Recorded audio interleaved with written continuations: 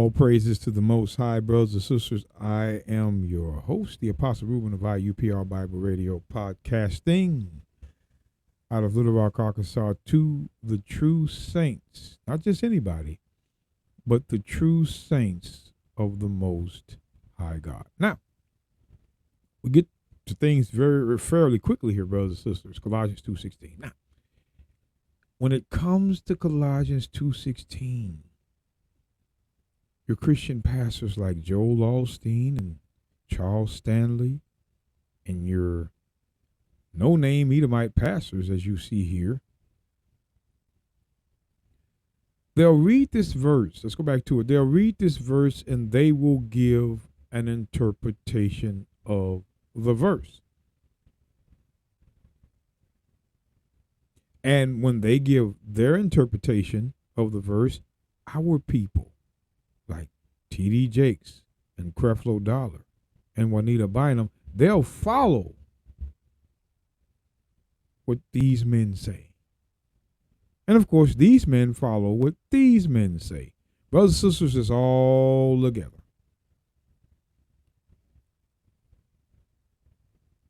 Don't think that they're letting this go. Secret meetings. You can believe this. But let's go back up because we want to get right into this. I don't want to make this too long of a podcast episode. So I'm going to read the verse, but we're going to go into a little bit, and I'm saying this because I want you to realize it. We're going to go into the background of Paul. Because Paul wrote Colossians, or he wrote to the Colossians. So let's get into it. Let no man therefore judge you in meat or in drink, or in respect of an holy day, or of the new moon, or of the Sabbath days. Now, I'm just going to read verse 17 too, which are a shadow of things to come, but the body is of Christ. So let's go back up to Colossians 2:16, because this is what we're going to come back to in just a few minutes. But what I want to do is I want to go to the book of Acts again. Now, we told you, brothers and sisters, that Christians, they do not, when you're looking at Paul, understanding Paul, it's very important. You must understand the writer of the letter, not just the letter itself. So who is Paul? Let's look at Paul. Now, Paul is talking to Felix here. I want you to pay attention. But this I confess unto thee, that after the way which they call heresy, so worship I the God of my fathers, believing all things which are written in the law and in the prophets. Now, Joel Osteen is not going to read this to you. Charles Stanley is not going to read this to you. They're not. Neither is T.D. Jakes or Creflo Dollar, because they don't want you to know that Paul believed in the law. He worshiped according to the law. That's damaging to their theology. But when we go back up, Paul speaking, but this I confess unto thee, that after the way which they call heresy, so worship I the God of my fathers. I worship the God of my fathers, not any God. I don't worship any God. I worship the God of my fathers, which is the true God. Believing, which is having faith. That's why the Bible says in John, the book of John, chapter 20 and verse 27. I'm going to show you that faith and belief is the same thing. John 20:27. Now he's talking to Thomas. Then said he to Thomas, Christ, reach hither thy finger, and behold my hands, and reach hither thy hands, and thrust it into my side. Be not faithless, but believing. So to be faithless is without faith, but believing. So faith and believe is the same, according to the text. So when Paul spoke in Acts 24, Verse 14. But this I confess unto thee, that after the way which they call heresy, so worship I the God of my fathers, believing all things which are written in the law and in the prophets. Paul worshiped and believed, which is had faith in all things written in the law and in the prophets. Paul believed according to everything written in the law. He worshiped and believed everything according to the law. That's a head scratcher. Because Christians are teaching Paul is trying to take you from the law. Why would Paul try to take you from the law if he believes in worship according to the law? Head scratcher. And two chapters over.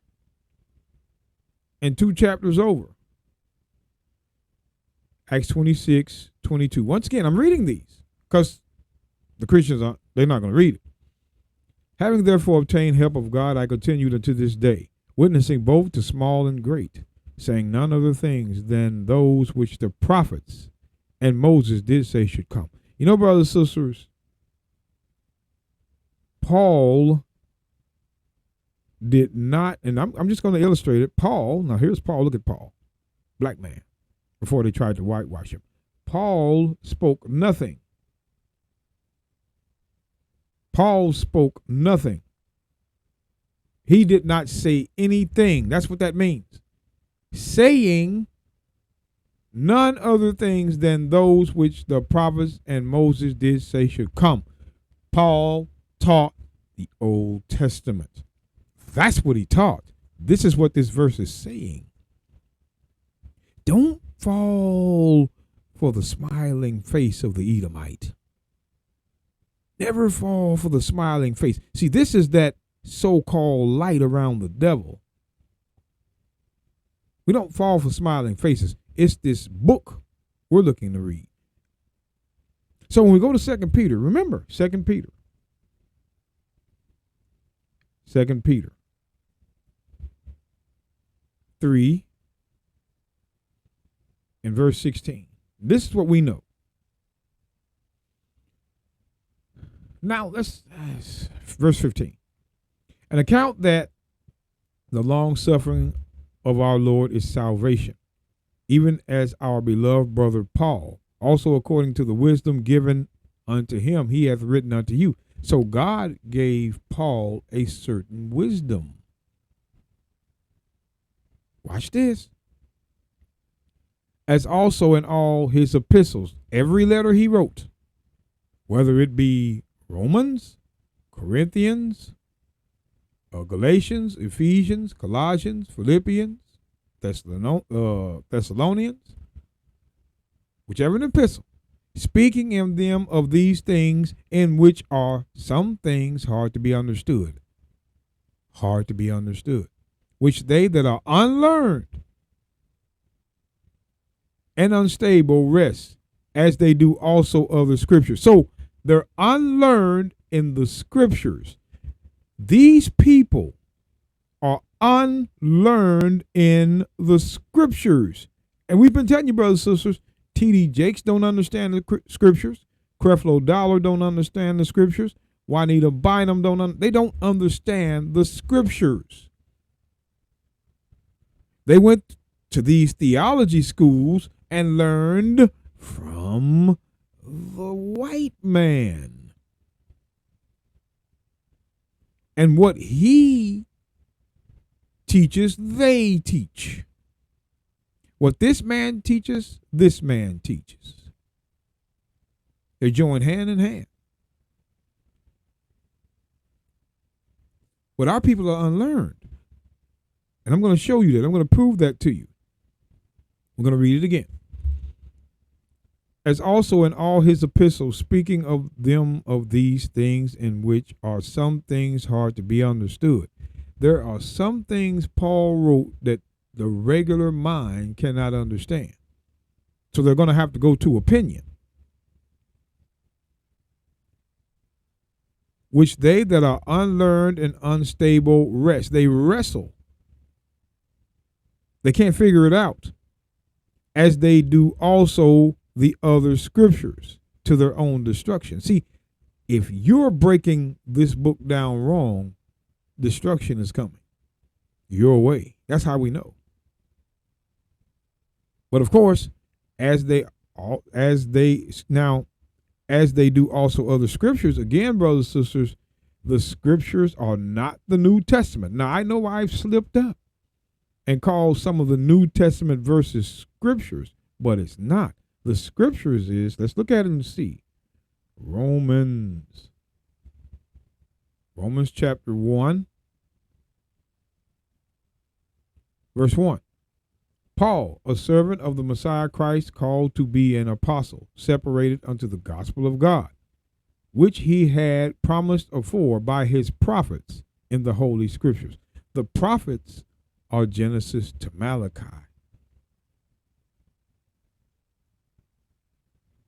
Those are the prophets. So the scriptures, they're the Old Testament. Bottom line, brothers and sisters, but these people here, these pastors like Joel Osteen and Dr. Charles Stanley, the scriptures are all the Bible. No, got to give me a verse that says that.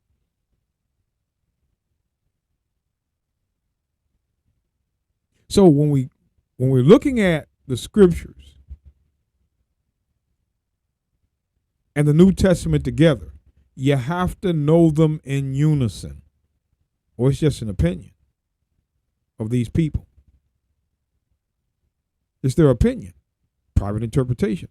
Now, what I want to do is go back to Colossians. Now, brothers and sisters, we know that Paul taught the scriptures. He taught the Old Testament. He believed and worshiped according to the Old Testament. So let's go back to Colossians 2:16, because there's a lot I want you to see.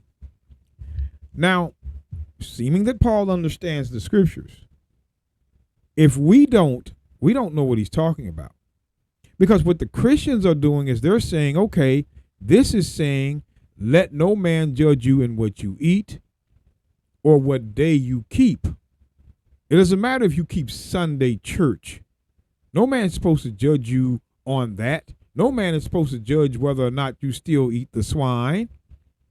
That's what they're saying this verse means. But I'm going to show you what it's truly talking about. Let's read. Let no man therefore judge. Okay, judge. Let's look at the judge. I want to go to the book of John. No, let me do this right. The book of Matthew. I'm going to show you what they do. The book of Matthew, chapter 7. I'm going to read on down. I'm going to do this real quick. Now, Christ says this, judge not that ye be not judged. So Christ is letting you know quick, do not judge that ye be not judged. If you don't judge them, they won't judge you. But watch this. For with what judgment ye judge, ye shall be judged. And with what measure ye meet, it shall be measured to you again. So Christ is, you got to pay attention to what he's saying. For with what judgment ye judge, ye shall be judged. Whatever you judge, you're going to be judged. And with what measure ye meet, it shall be measured to you again. Now I want you to pay attention. And why beholdest thou the mote that is in thy brother's eye, but considerest not the beam that is in thine own eye? So what Christ is saying is, why would you behold the sin that your brother is doing, but you're in sin yourself? That's what he's saying. Pay attention. Or how wilt thou say to thy brother, let me pull out the mote let me pull out the mote out of thine eye, and behold, a beam is in thine own eye.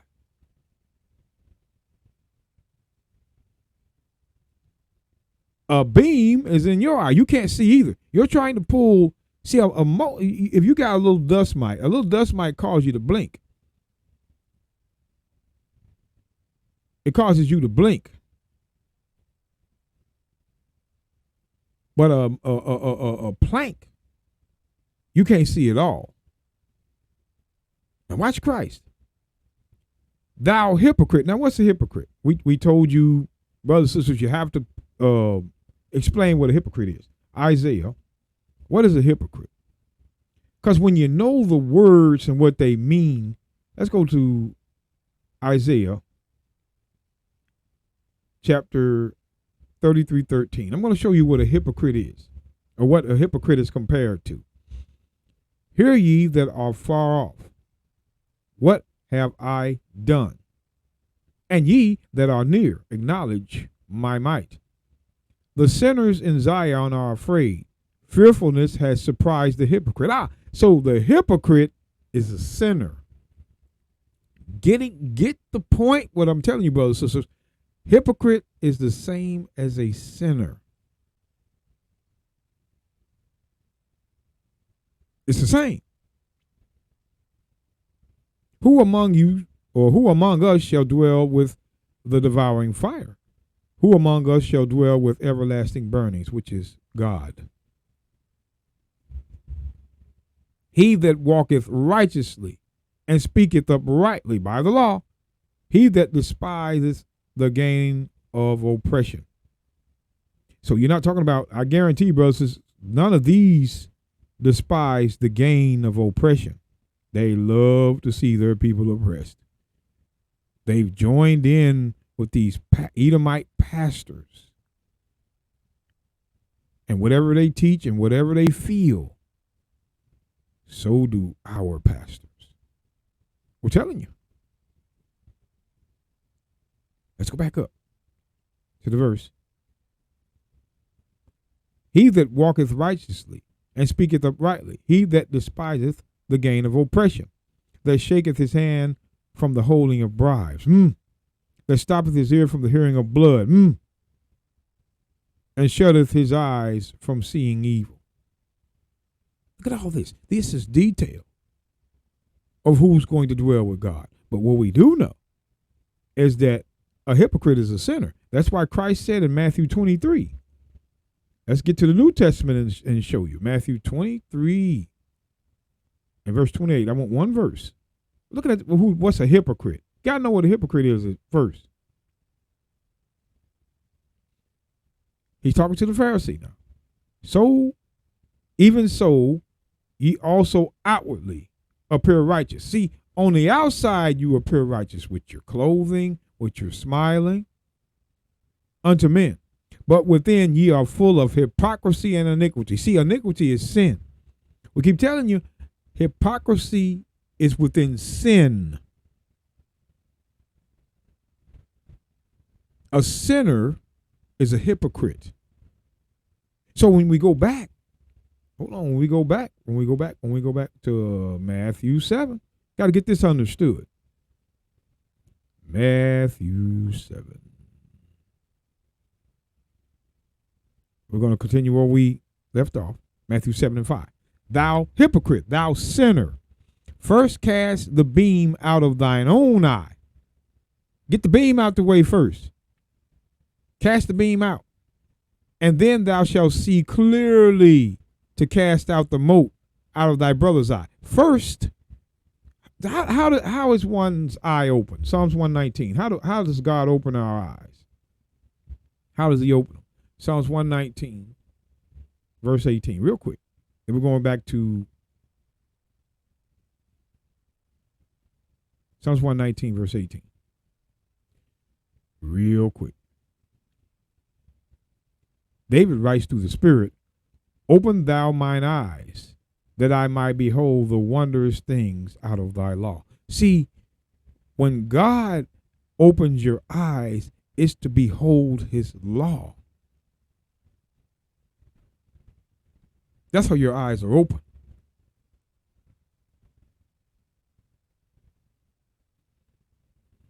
Let's go back to Matthew, because I'm going to put this all together. Matthew. The book of Matthew, chapter 7, and verse 5 again. Going to read it. Thou sinner, that's what a hypocrite is. First cast the beam out of thine own eye. Repent of your sins, and then thou shalt see clearly to cast out the mote to cast out the mote, little bitty sin, out of thy brother's eye. See, Christ didn't say not to judge. He was telling you not to judge when you are yourself in sin. That's why it says in James, pay attention, the book of James. James is going to tell you exactly what Christ was talking about. Because the Christians, they like to personalize judgment, like a man's judging another man based off what he eats or what he drinks. No, Christians, we keep telling you, these Edomites, they personalize the Bible and make it look like you are so personal. They don't like to have it where it's nation. It's person. That's not the way it works. But this is what they do. Let me show you what Christ was talking about. Let's get the book of James 4:11. I want you to pay attention. Speak not evil one of another, brethren. He that speaketh evil of his brother and judgeth his brother speaketh evil of the law. Because the law tells you not to speak evil or judge your brother when you're in sin.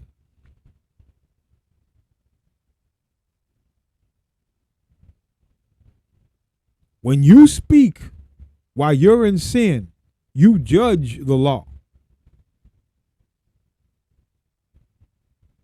But if thou judge the law, if you judge what the law says, thou art not a doer of the law, you're not a doer, which makes you a sinner, but a judge. That's what Christ is talking about.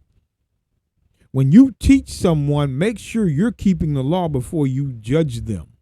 Don't be a sinner and you're judging someone else's sin. That's what Christ is saying in Matthew 7.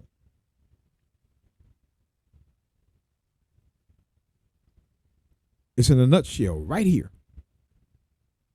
Speak not evil one of another, brethren. He that speaketh evil of his brother, who would be the ones speaking evil or doing evil? Let's go back to Ecclesiastes. Chapter 8, just real quick. I'm going to show you who would be doing the evil. Ecclesiastes chapter 8, verse 12. Though a sinner do evil 100 times and his days be prolonged, yet surely I know that it shall be well with them that fear God, which fear before him. Who is speaking or doing the evil? Doing and speaking is the same thing. A sinner is doing and speaking the evil, not a lawkeeper. A sinner is the evil one. Let's go back. We've got to play with you, brothers and sisters. We're showing you where evil is. In the transgression of an evil man, there is a snare, but the righteous does sing and rejoice. So who would be doing the evil? The sinner, the transgressor of the law. That's why, back to James 4. Back to James 4. James 4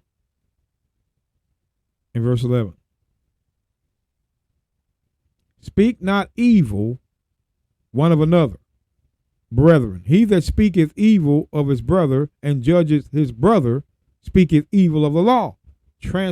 When you think about this, when you're in sin and you speak of your brother in sin, you are judging the law because the law told you not to do that.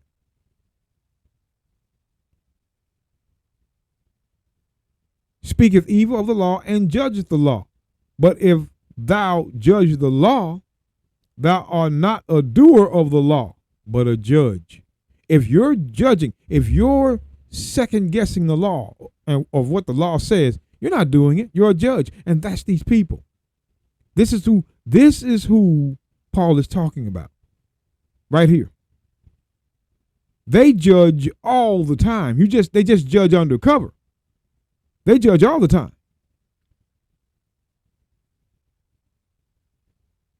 But when they judge, they're not a doer, they're just a judge.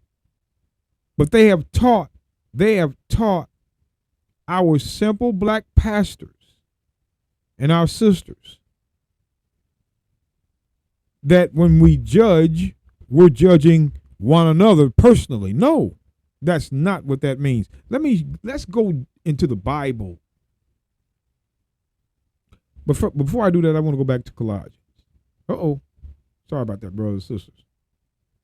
Let's go back up to, I did it again, quick keys. Let's go back up to Colossians. Colossians 2, verse 16.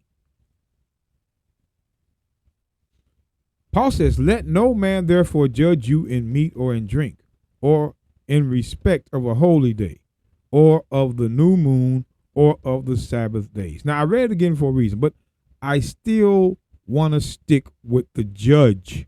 We got to understand judge first. Who's doing the judging? Is it just me judging you, or you judging me? It's personal judgment? Or was someone judging the Colossians he's writing to, which were Jews, by the way? Pay attention. The book of John, chapter 8. Brothers and sisters, I hope you get this by paying close attention.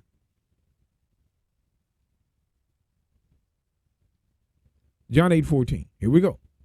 The Messiah answered and said unto them, though I bear record of myself, yet my record is true. For I know whence I came, and whither I go. But ye cannot tell whence I come, and whither I go. Ye judge after the flesh.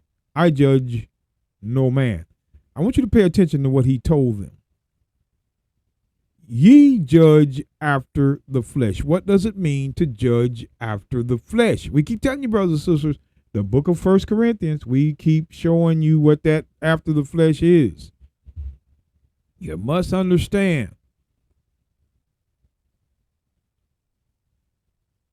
Ye judge after the flesh, right? 1 Corinthians 10:18. Behold, Israel after the flesh. Are not they which eat of the sacrifices partakers of the altar? Christ says, you guys judge according to the altar. You judge by sacrifice, temple. That's your judgment.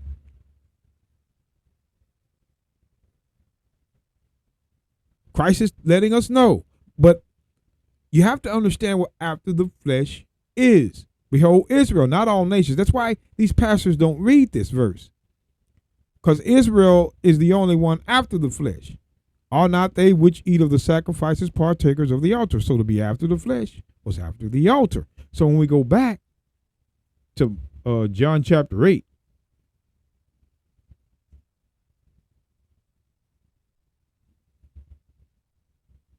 John chapter 8,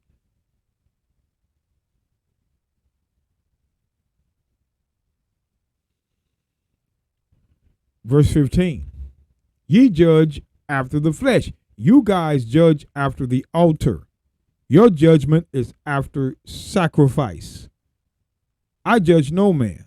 I don't judge men after that law. I don't judge men by the sacrifice. But Christ says, and yet if I judge, which means you can judge, these Christians, listening up.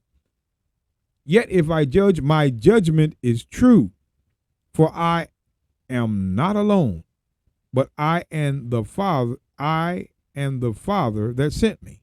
So I and the Father that sent me. My judgment, the Father supports my judgment because it is true. What does it mean my judgment is true? What is true judgment? Let's go to the book of Ezekiel. Ezekiel 18. Because I'm going to show you what this is, brothers. So this goes deeper. It goes deeper. Ezekiel 18. And I want to read verse 7 and 8. Just for sound. I have not oppressed any, but hath restored to the debtor his pledge, hath spoiled none by violence, hath given his bread to the hungry, and hath covered the naked with a garment. See, these are some of the qualities that Christ was talking about in Matthew 25. men do this, good men. But watch this. He that hath not given forth upon usury, charged extra, neither hath taken any increase. That's what that means. That hath withdrawn his hand from sin. Iniquity is sin. Hath executed true judgment between man and man. We're going to come back here. We're going to come back here and read this again, because I'm going to take you a little bit deep here. Let's go back to the book of John 18.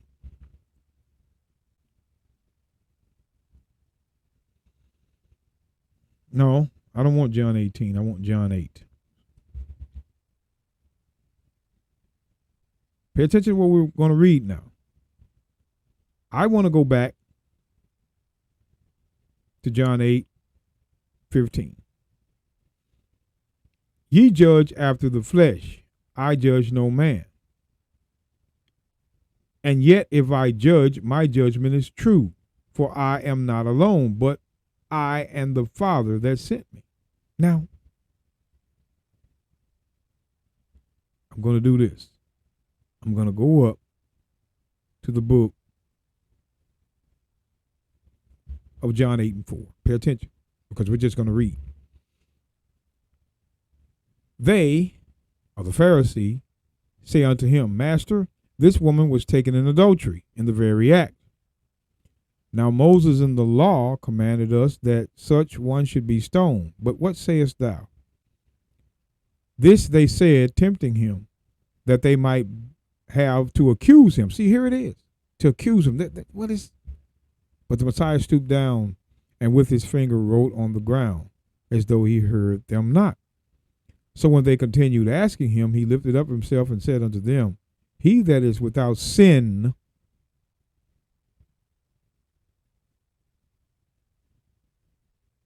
pay attention. He that is without sin among you, let him cast a stone at her. If you're without sin, go ahead and throw the stone. Now watch what he does. And again he stooped down and wrote on the ground. And they which heard it, being convicted by their own conscience, went out one by one, beginning at the eldest, even unto the last. And the Messiah was left alone, and the woman was standing in the midst. You mean to tell me they couldn't condemn this woman? Do you know why they couldn't condemn the woman? Because they were in sin themselves. See, a sinner is going to kill a sinner. Oh, no. A sinner is going to stone a sinner? No, that's not what the law said. They could not condemn this woman because they themselves were in sin. Why do you think Christ said, Ye judge after the flesh, ye judge after the temple? You guys judge after the temple, but you're sinners.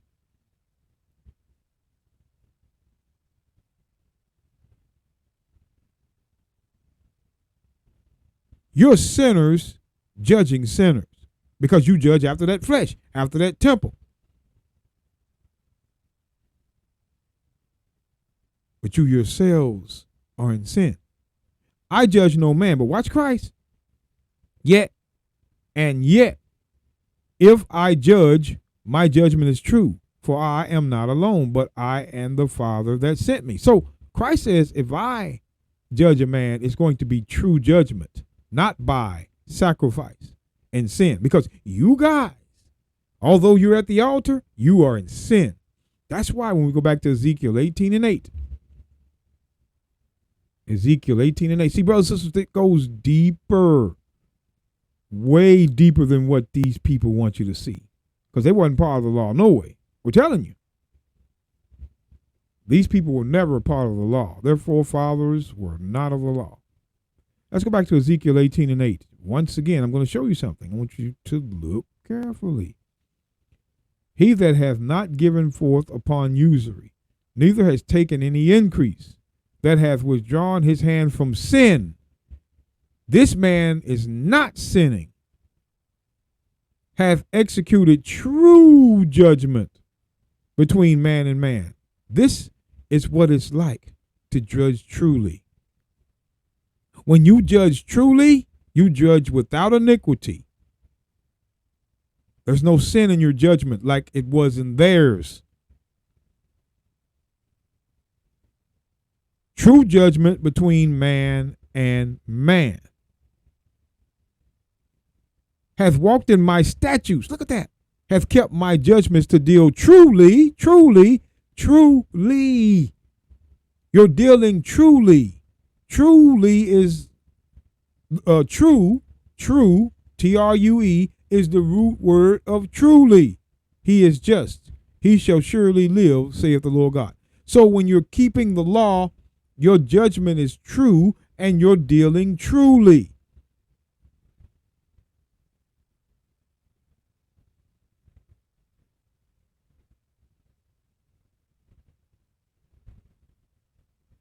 Anytime you're dealing in trueness or true or truly, it is because you're law keeping. The Bible doesn't contradict itself now. I want to go back up to verse 8 real quick, just real quick. He that hath not given forth upon usury, neither has taken any increase, that hath withdrawn his hand from sin, hath executed true judgment between man and man. Let me tell you what I see here. No, it's not about what I see. I don't care about that. I never have. But if you're going to execute judgment truly, or if you're going to judge true judgment, you're going to have to be without sin. You can't exercise true judgment in sin. Once again, this is why in the book of John, it's important you know, brothers and sisters, step by step how this works. John 8, and we're going to go right back down to the key verse I want. Verse 9, and when they heard it, being convicted by their own conscience, went out one by one, beginning at the eldest, even unto the last. And the Messiah was left alone, and the woman standing in the midst. Why were they convicted in their own conscience? Let's go back up to verse 7. So when they continued asking him, he lifted up himself and said unto them, he that is without sin, which is iniquity. If you're going to judge true, you're going to have to be without iniquity. But these men were in iniquity. He that is without sin among you, let him cast a stone at her. If you're without sin, go ahead and throw the rock. But they couldn't because they were in sin. Understand, brothers and sisters. Now, the purpose of the beginning of this, the purpose of all this, I'm just going to say, is that the Christians say, oh, you cannot judge. You can. Just make sure you're not in iniquity with them as you judge, or you will not be a doer of the law, but a judge of that law. And Christ said it himself, ye judge after the flesh. See, Christ is letting us know that those sinners that could not condemn this woman judge after the flesh, which is the temple. Has nothing to do with the 10 Commandments. The 10 Commandments are way over here. They're not keeping them. They're not. That's why do you think Christ says this in John 7? Let's go back to John 7, verse 19. Did not Moses give you the law? Yet none of you keep the law. Why go ye about to kill me? Why? Kill means what commandment kill belongs to? The 10. The Pharisee, they weren't keeping the 10, but we do know that they were keeping the sacrifice. They were keeping That's why it says, let me, brothers and sisters, there's so many avenues to this. When he says, ye judge after the flesh, which is the temple, I judge no man. Let's go to Malachi. I'm going to show you exactly. We're showing you today exactly what it is. So Malachi 2, and I want to start in verse 7. For the priest lips should keep knowledge, and they should seek the law at his mouth. Law, that's all they should do, is seek the law. For he is a messenger of the Lord of hosts.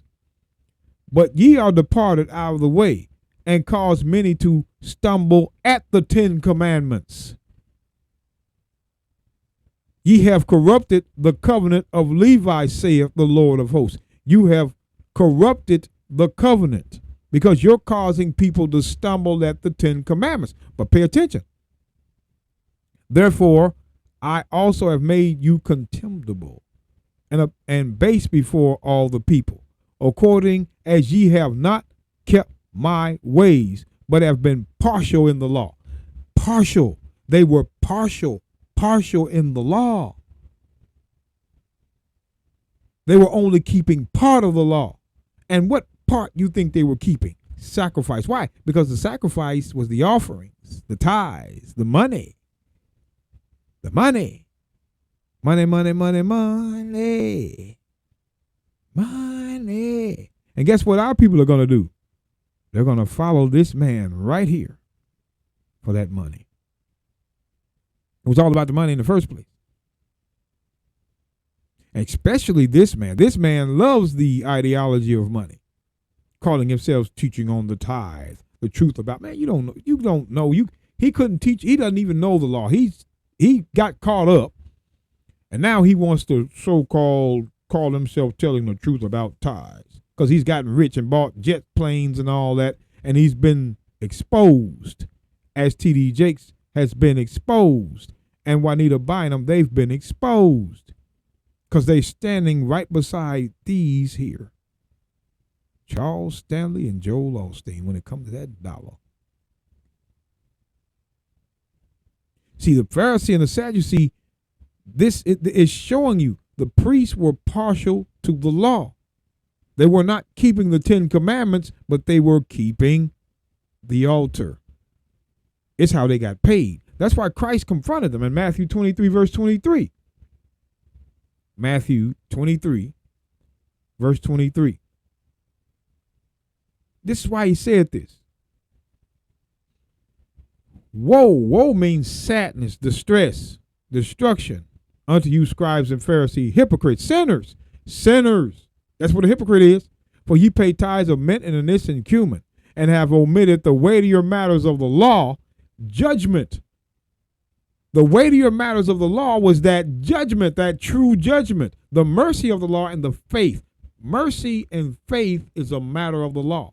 These are to you have done first, and not to leave the other undone is sacrifice.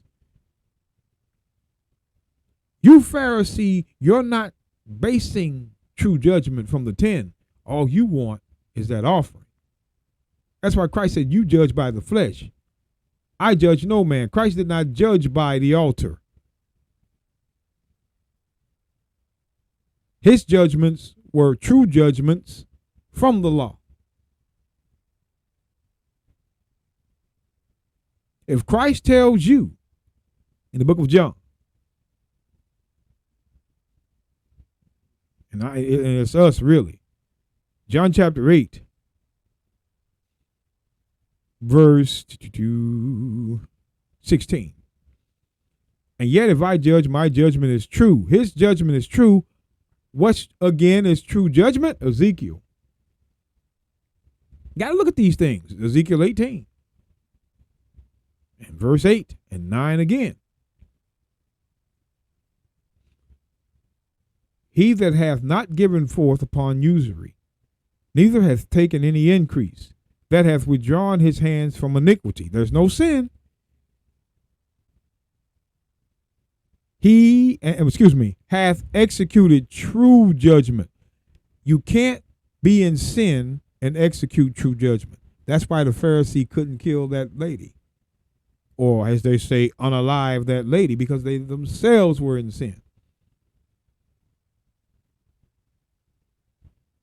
Hath withdrawn his hand from iniquity, which is sin, hath executed true judgment between man and man, true judgment, hath walked in my statutes, and hath kept my judgments to deal truly. Truly is the same as true.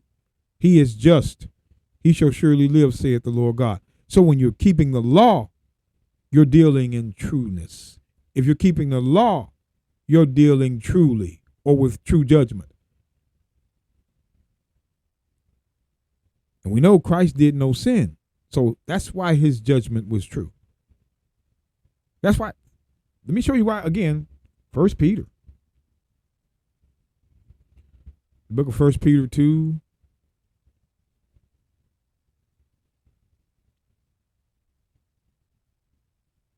Verse 21. For even hereunto were ye called, because Christ also suffered for us, leaving us an example, that ye should follow in his steps. What was his steps? Who did no sin, who did no iniquity, neither was guile found in his mouth. That's why Christ's judgments were true, because he was without sin.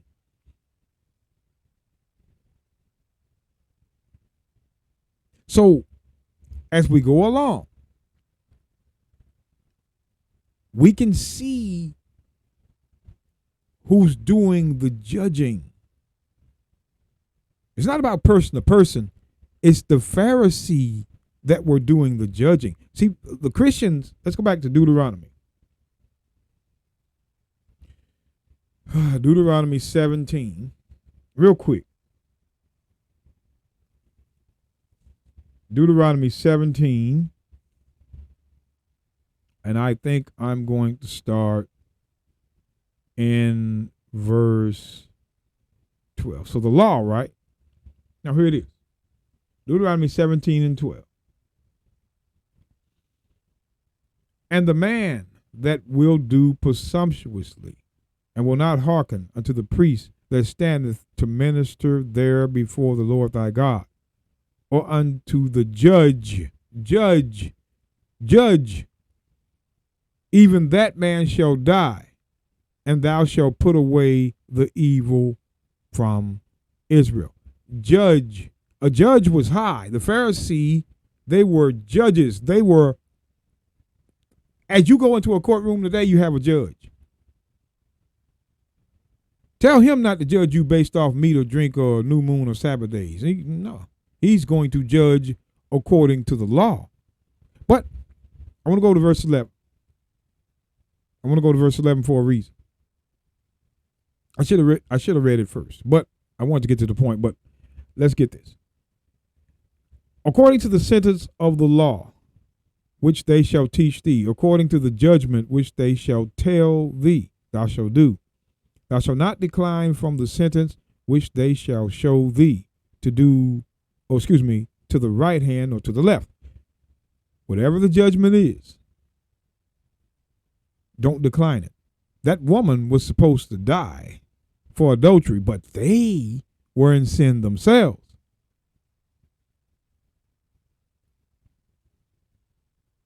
They were in sin.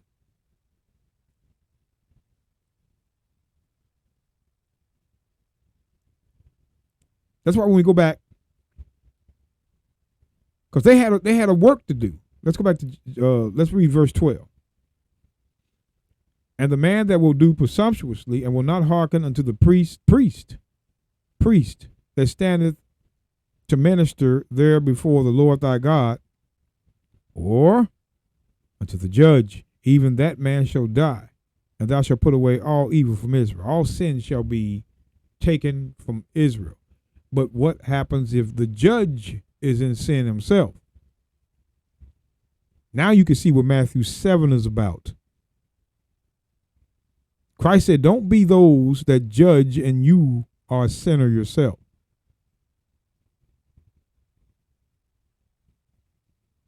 When you judge, make sure you're not a sinner as the person you're judging. The Bible never says we can't judge. We just can't judge and we're in sin as well. That doesn't make any sense. That's evil. But I'm showing you, brothers and sisters, in the book of John, that Pharisee judged, Sadducee judged, priest judged. That's why when we go back to John, because there was a little skirmish in John chapter 7. John chapter 7.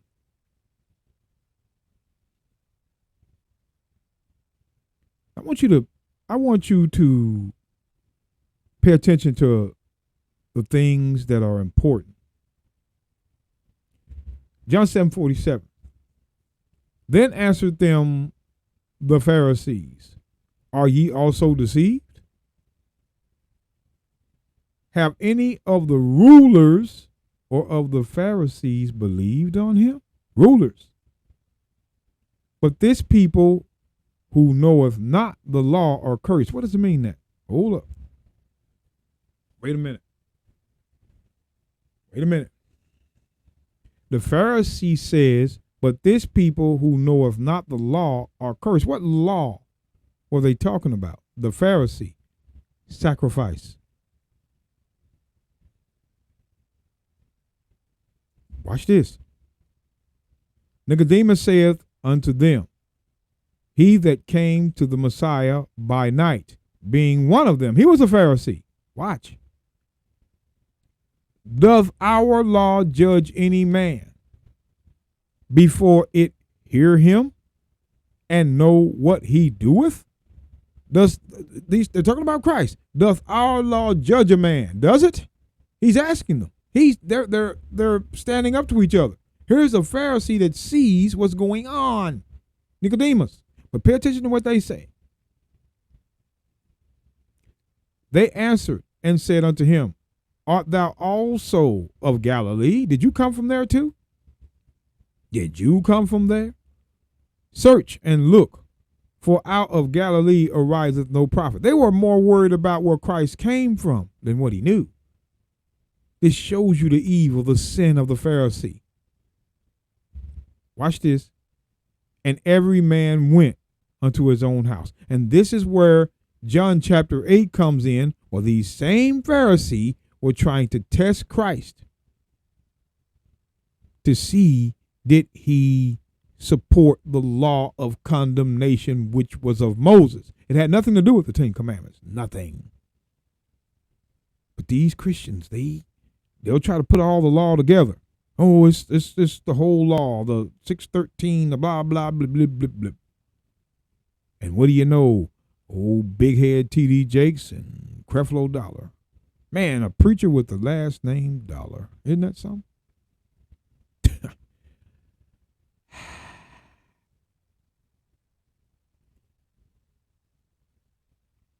Let's go back.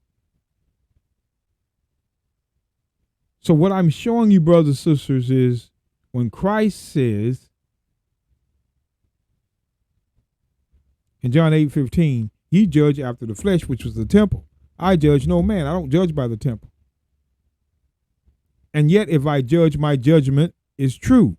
For I am not alone, but I am the Father that sent me. My judgment is based off law because it's true judgment. True judgment is based off the law. As we read in Ezekiel 18:8 and 9.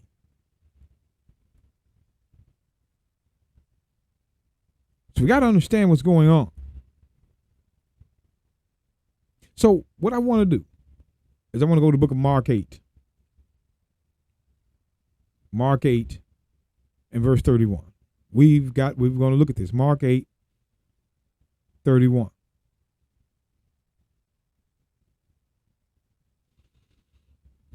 Pay attention now. And he began to teach them that the Son of Man must suffer many things and be rejected of the elders and of the chief priests and scribes and be killed and after 3 days rise again. So now let's read Mark. Not Mark, but Luke. I want to read the same thing in Luke. Luke 9 Luke 9.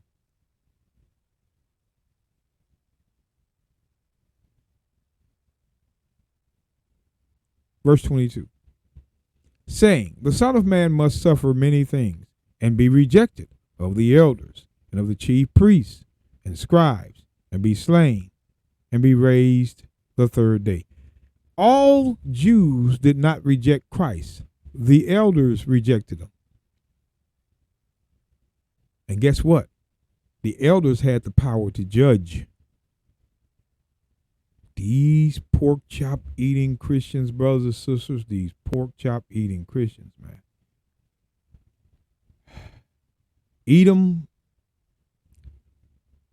If you listen to them, brothers and sisters, the lake of fire awaits. Any man can understand that the top can judge the bottom. The top can judge the bottom.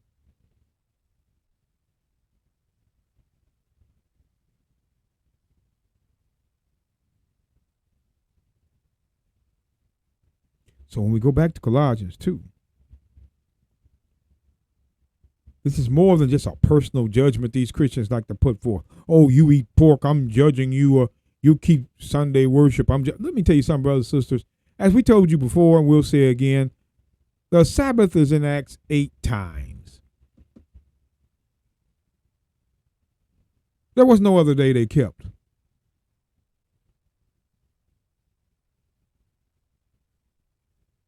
You can't,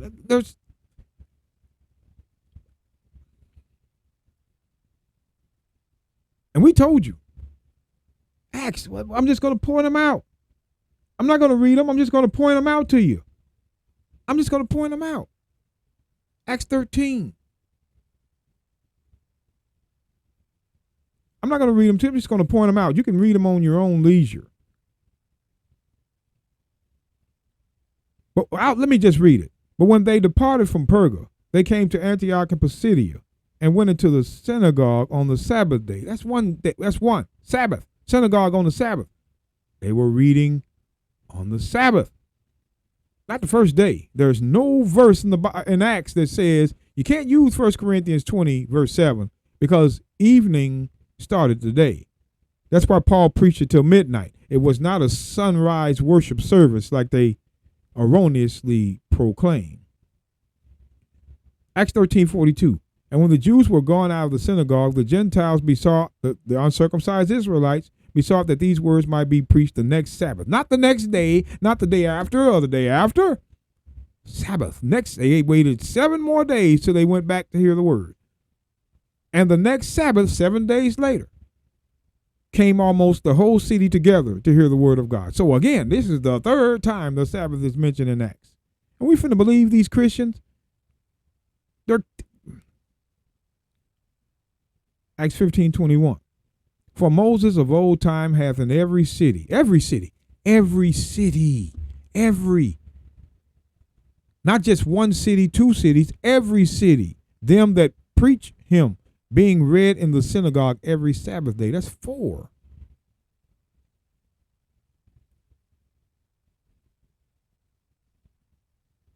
Acts 16:13. And on the Sabbath went out of the city. Wait, what's going on? Here it is. And from thence to Philippi, which was the chief city of that part of Macedonia, Greece, and a colony. And we were in that city abiding certain days now. And on the Sabbath, in Philippi, they're keeping the Philippi is where the Philippians are. So the Philippians are keeping the Sabbath. Those Jews in Philippi are keeping the Sabbath. And on the Sabbath, they went out of the city by a riverside where a prayer was wont to be made. And we sat down and spake unto the women which resorted thither. Women now. Women keeping the Sabbath. Acts 17, verse 1. Now when they had passed through Amphipolis and Apollonia, they came to Thessalonica, where was a synagogue of the Jews. And Paul, as his manner was, went in unto them, and 3 Sabbath days, come on now, not any day, Sabbath. 3 Sabbath days. Reason with them out of the Old Testament scriptures, the prophets. Acts 8. Now, here we go. After these things, Paul departed from Athens and came to Corinth. Here is the 8th time. What were they doing in Corinth? And he reasoned in the synagogue every Sabbath, not every day, every Sabbath, and persuaded the Jews and the uncircumcised Israelites. When it says the Greeks, brothers and sisters, when it says the Greeks, keep in mind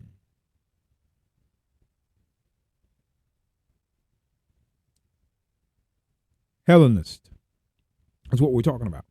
But Christian Bible research. The Hebrews were Judean Christians who almost spoke exclusively Aramaic. And the Hellenists were also Judean Christians whose mother tongue was Greek. That's the Greek Paul is talking about. Those Jews who were born there and they spoke Greek tongue. They were Greek citizens.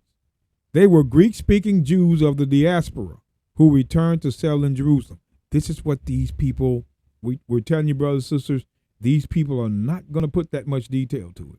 Joel Osteen is going to blink his eyes 1,000 times, and Dr. Charles Stanley is going to shake up on stage.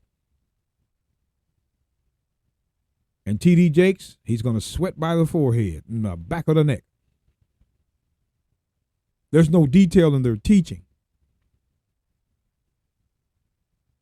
We just read 8 times that the Sabbath was kept in the Bible.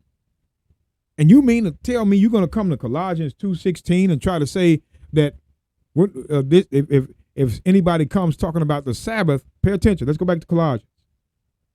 All they did was keep the Sabbath in Acts. Acts is the last book of the Acts of the Apostles. Paul's letters were added. He wrote those letters under house arrest when he couldn't travel anymore. That's why he says he's bound. Bound means they have him locked up. He's bound for the gospel, locked up. Colossians 2, verse 16. Let no man therefore judge you in meat. Who's doing the judging in meat or in drink? Who is doing the judging? Because you're going to see the twist. I'm going to give you the twist of this, give you the full meaning. You got to pay close attention. Let no man therefore judge. Who's doing the judging? The higher powers, the priests, the Pharisees. They're doing the judging in meat or in drink. Why did it say in meat or in drink? Let's take a look. Because let me do this first. Let no man therefore judge you in meat or in drink, or in respect of a holy day, or of the new moons, or of the Sabbath days. Notice it doesn't say and, it says or. Now I want you to pay attention to this definition I have. Or. I didn't get it all on the screen, but there it is. Or suggests a choice or a difference. We're reading the definition. Or connects words or groups of words of equal importance into a sentence. A biblical sentence is called a verse.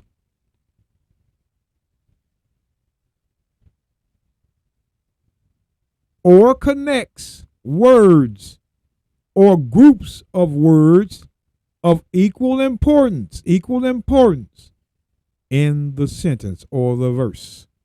So when Paul says, let no man therefore judge you in meat and drink, or not and, it says or in respect of a holy day.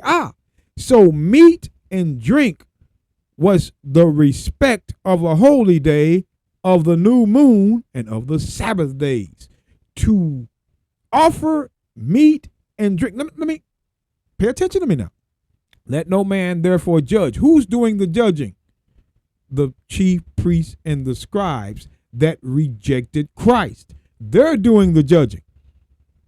This ain't talking about, oh, I'm judging you over here, I'm judging my neighbor. No, that's crap. These brothers and sisters, this is why we tell you these churches, man, they got the zombies are there. Zombies are in these churches.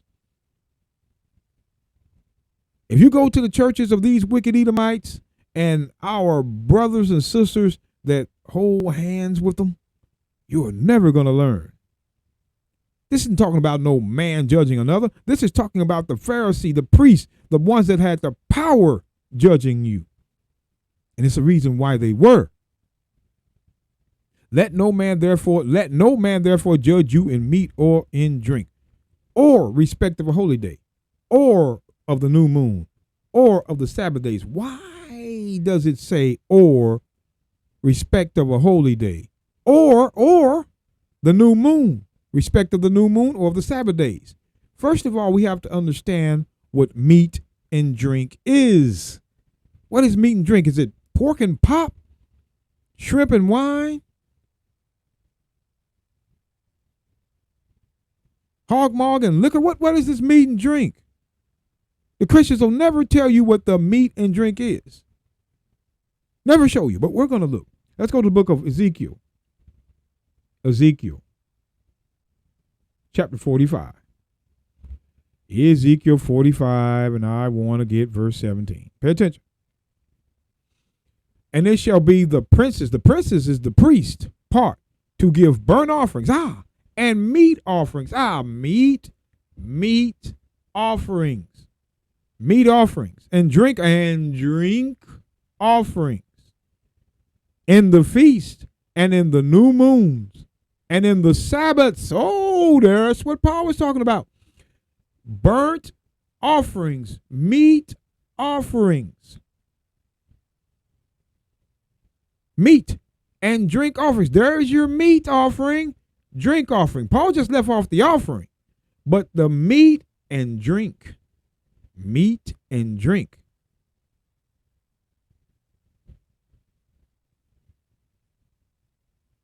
Pay close attention. Now, here's what I want to do, because I don't want to confuse anyone out here. I'm not about confusion at all, brothers and sisters. What we want to do is I want to go to the book of 2 Chronicles, because we're coming back here. But I want to go to this book of 2 Chronicles. 2 Chronicles 2. And we're going to read verse 4.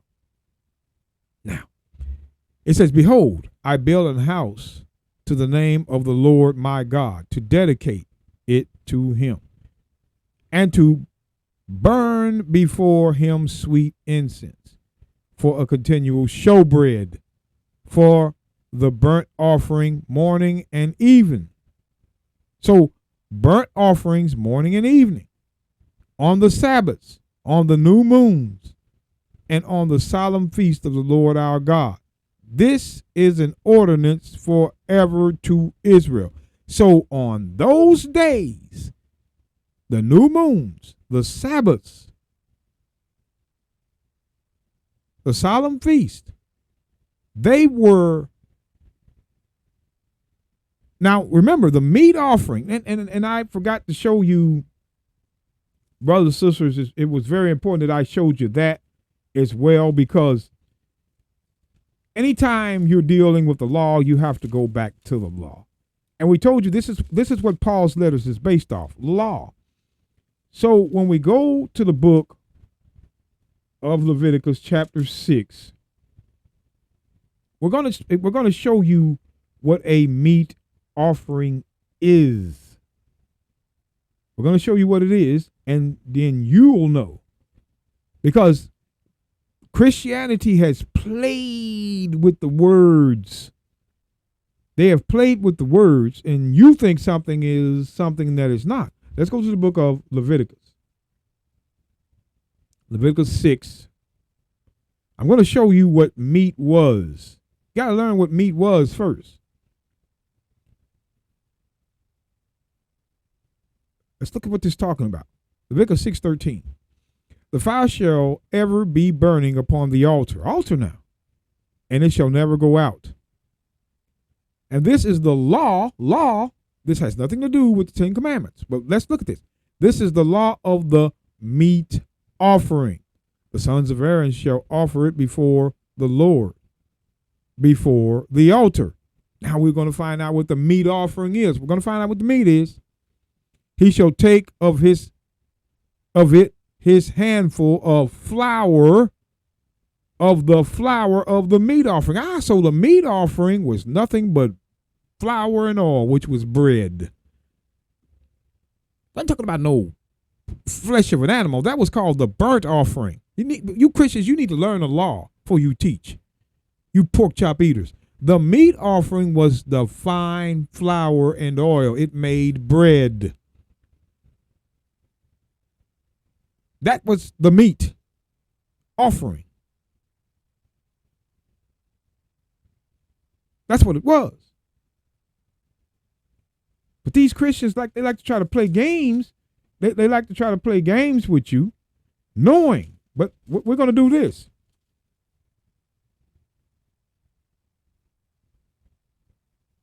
Because let's see what I want to do first.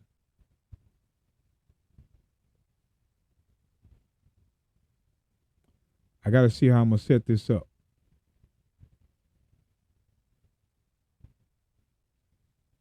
Because the meat, again, let me read it.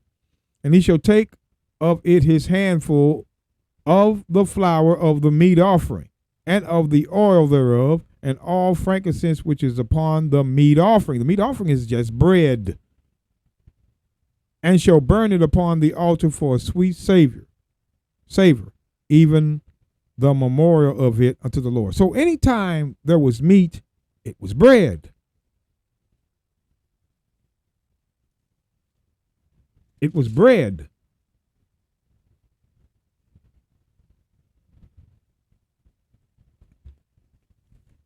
Christians will have you believing that meat offering was pork or bacon or sausage or no, it wasn't the flesh of an animal. The meat offering was the fine flour and oil.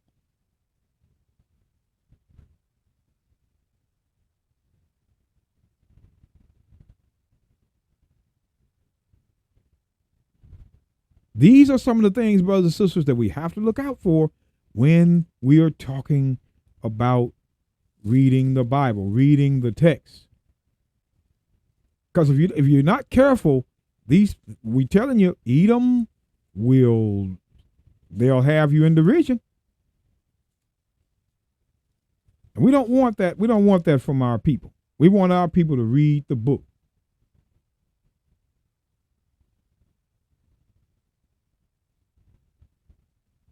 So let me see if I could go to another place. Let's go down to Leviticus chapter 7. Let's get a little bit more detail. The book of Leviticus 7, and I want to start in verse 9. Here it is.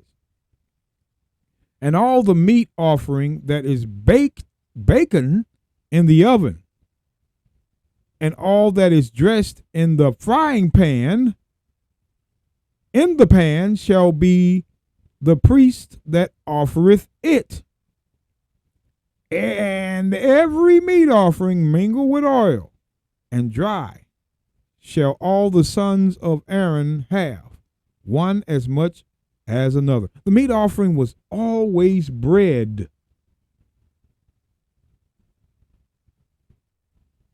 Bread. Let's drop down to verse 12. Real quick, verse 12. Verse 12. If he offer it for a thanksgiving, then he shall offer it with the sacrifice of thanksgiving, unleavened cakes mingled with oil, and unleavened wafers anointed with oil, and cakes mingled with oil of fine flour fried. That's hot water cornbread there, partner. Or hot water bread. It's taking bread. You could use meal as well, but if it was flour, they would fine flour and oil fried. That was the bread. So that was the meat offering. They did that meat offering on that day. Now what we're going to do is we're going to take a look at what the drink offering was. Let's go back. Let's look at this drink. The book of Leviticus 23. Leviticus 23, real quick. So we know that the meat offering is bread. Let's look at the drink. But it's going to say on both. I should have used this verse, but I want a little bit more detail on some things. But Leviticus 23:13. And the meat offering thereof shall be 2/10 deals of fine flour mingled with oil. The meat offering was never any flesh of an animal. These Christians, that's why they won't go back to the law to explain it. The meat offering was bread, an offering made by fire unto the Lord for a sweet savor. And a drink offering thereof shall be of wine, a fourth part of hin. So the meat offering was bread, the drink offering was wine. Bread and wine.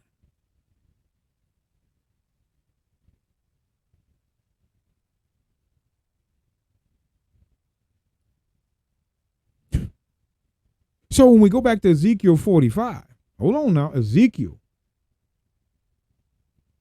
45, verse 17. Ezekiel 45:17. And there shall be the prince's part to give burnt offerings. That's the burnt offerings is the flesh of an animal. We'll go into that another day. I'm just trying to get this done because I'm already at an hour, 16 minutes. I wasn't planning on going that long, but I had to get a little bit more into it than I usually. But anyway. Burnt offerings are flesh of an animal, and meat offerings and drink offerings. The meat offerings was bread, the drink offerings was wine. In the feast, and in the new moons, and in the Sabbaths. So in the feast, and the new moons, and in the Sabbaths, they had flesh, which is the burnt offering, meat, which was the bread, drink, which was the wine. On the feast days, on the new moons and the Sabbaths, to have respect unto those days was to offer bread, wine, along with the flesh of an animal as offerings. And they were to be done on the new moons and the Sabbaths. All the solemnities of the house of Israel. He shall prepare the sin offering, which is with an animal. The sin offering is with flesh, blood, and the meat offering, which was bread, for a burnt offering and a peace offering, to make reconciliation for the house of Israel. Reconciliation. These things were done to make reconciliation. Now, what happens when the priests reject Christ? They're going to continue doing this. That's what we're telling you. Those that reject, Luke 9:22, Mark 8:31, Christ said it himself. There will be Jews that are going to reject me. If they reject Christ, they're still going to be doing that meat and drink offering, which is fine flour and the drink and oil to make bread, and the drink offering was wine. Now let's go back to Colossians. We're going to read Colossians one more again, and then we're going to go to John. Colossians 2.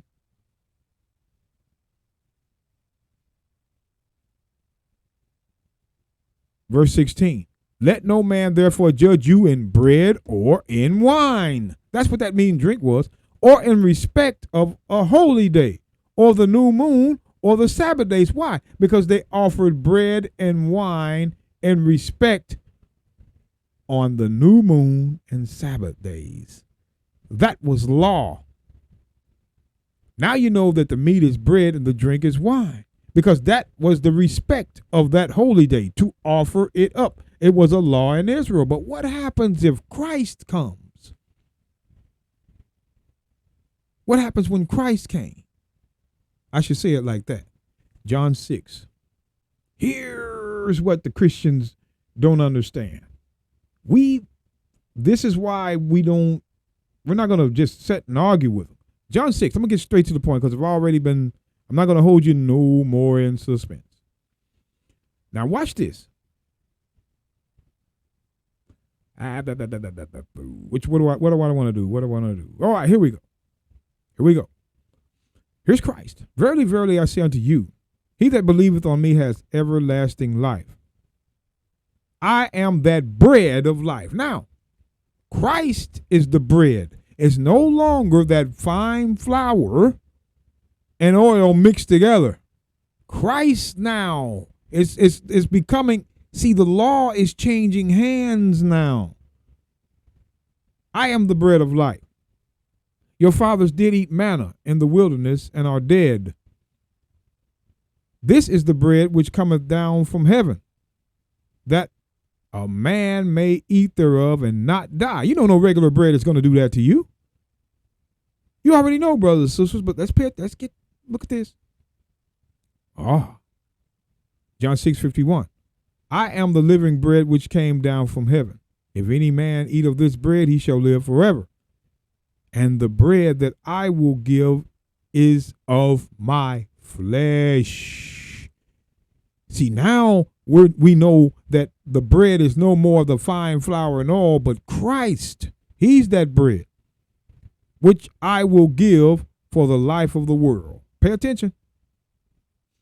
The Jews therefore strove among themselves, saying, how can this man give us his flesh to eat? See, they were carnal in mind. They didn't understand. Then the Messiah said unto them, verily, verily, I say unto you, except ye eat the flesh of the Son of Man and drink his blood, ye have no life in you. Pay attention. Whoso eateth my flesh and drinketh my blood hath eternal life, and I will raise him up at the last day. For my flesh is meat indeed, and my blood is drink indeed. There is your meat and drink. The meat and drink was Christ. The meat was his body, the drink was his blood. But in the old covenant, up under the priesthood, the meat was bread and it was wine.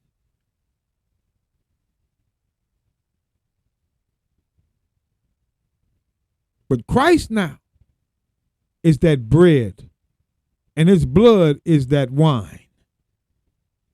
You have to understand, brothers and sisters, similitudes. If you don't understand the parable, you might as well close the book. Christ became the meat and the drink.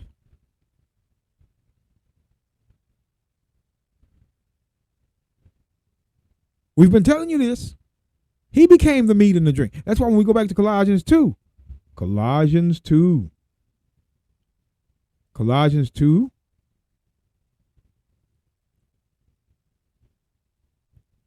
verse 16. Let no man therefore judge you in bread or in wine or in respect of a holy day. Because when these Pharisees who rejected Christ came to these Jews in Colossae, when they came to the Jews in Colossae, they found these Jews not respecting the Sabbath or the new moon by bread and wine offerings. That's what meat and drink was. They were not commemorating those days with bread and wine, like the old law says.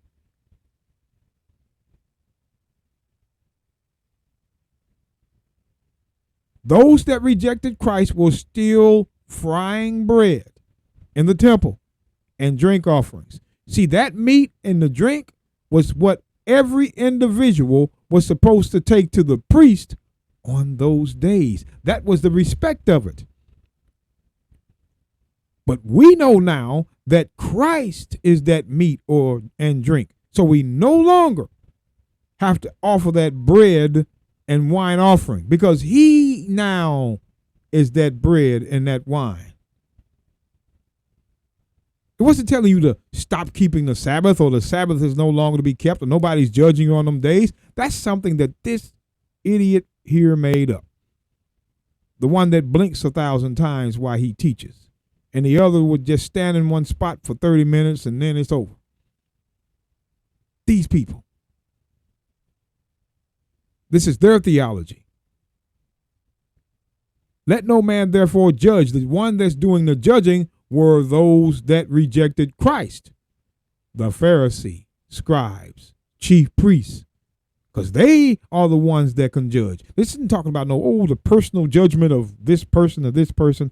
That's crap, brothers and sisters. All that's crap. The way you respected the holy day was to offer bread and wine according to the altar. But Christ has come. He is now that bread and that wine, that meat and that drink. That's why it says in verse 17, which are a shadow of things to come. But the body is of Christ. That body was that meat and drink. We no longer keep these feasts offering. Christ he is the offering. He is that bread and that wine, that meat and that drink. That's why, once again, when we go back to John chapter 6,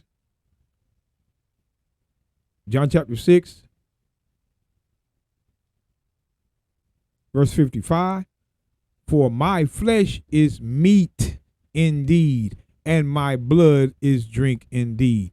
The meat and the drink was the body of Christ, no longer that bread and hen of wine. That was the old method up under the priesthood. Christ has come now. So when we keep these feasts, we keep it in respect of Christ, not the old offering of bread and wine. That's all Paul is saying.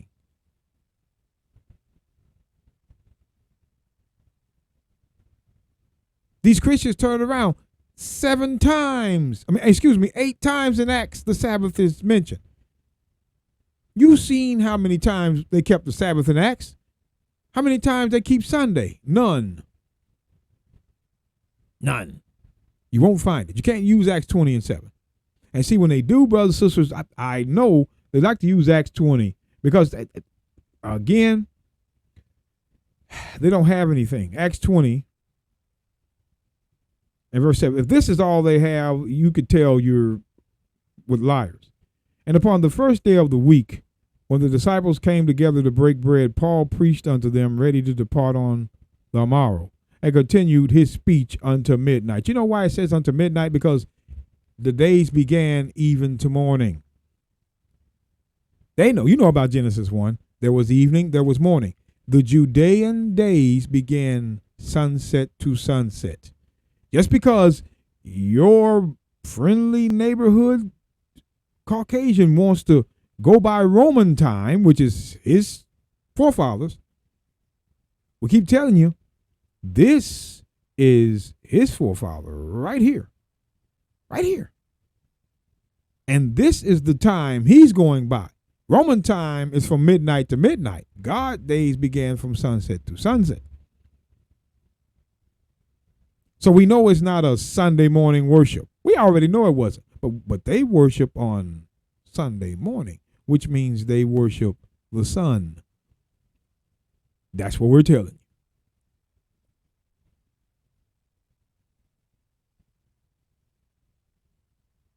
you. Even as far, brothers and sisters, as, because if you look up in the book of Acts chapter 20,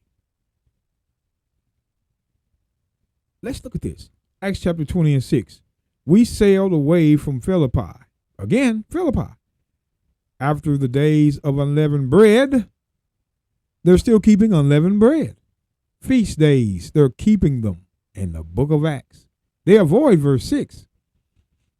They're still keeping the feast. I know Paul in Acts 27 and 9. Acts 27 verse 9.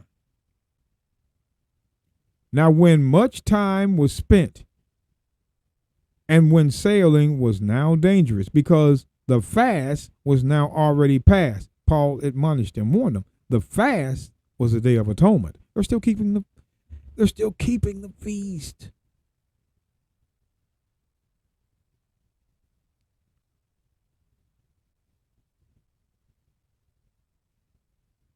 They're still keeping the feast. But this man right here, so you listen to these people, they're not going to put it all together. They're after money. They are after money. Them and their little small churches around them, false brick buildings on the corner, where our people Well, I see how much money you make. Let me see what I can do. Let me get my members. Everybody gets a piece of the pie. TD Jakes get a piece. Creflo Dollar get a piece. Juanita Bynum get a piece. And everybody else gets a piece.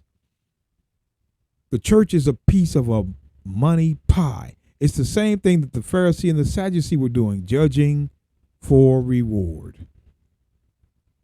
Colossians 2:16, brothers and sisters, has nothing to do with, it's sad that they would even use, Colossians 2:16 has nothing to do with Sabbath days not being kept. It's Paul telling you when he says right here, let no man therefore judge. Who's doing the judging? Those that rejected Christ in meat or in drink. Why? Because they're still doing the meat and the drink offerings to the temple. The temple has not yet been destroyed. Paul's letters were before the temple were destroyed, or in respect of a holy day, that or putting these groups together, holy day or new moon or Sabbath day. The holy day was the new moon and the Sabbath days, and to respect it was to offer bread and wine to the priest.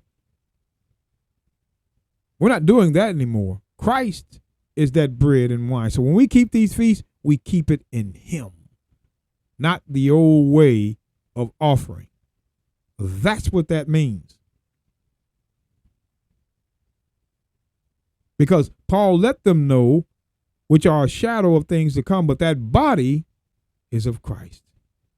The body is of Christ.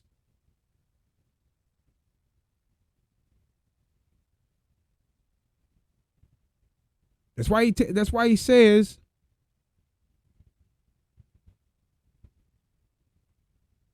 wherefore, if ye be dead with Christ from the rudiments of the world,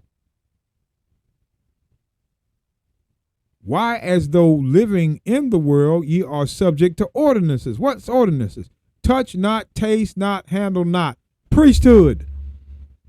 Priesthood. Which all are to perish with the using, after the commandments and doctrines of the Pharisee. Brothers and sisters, if you're looking for these preachers to teach you this, no, it wasn't never meant. It wasn't meant. T.D. Jakes, Creflo Dollar, Juanita Bynum, your black pastor, they're not going to teach our people nothing when it comes to truth and detail. Our people have to search for themselves and search pastors out that will teach them. And let them decide if they accept it or not. Don't hide it.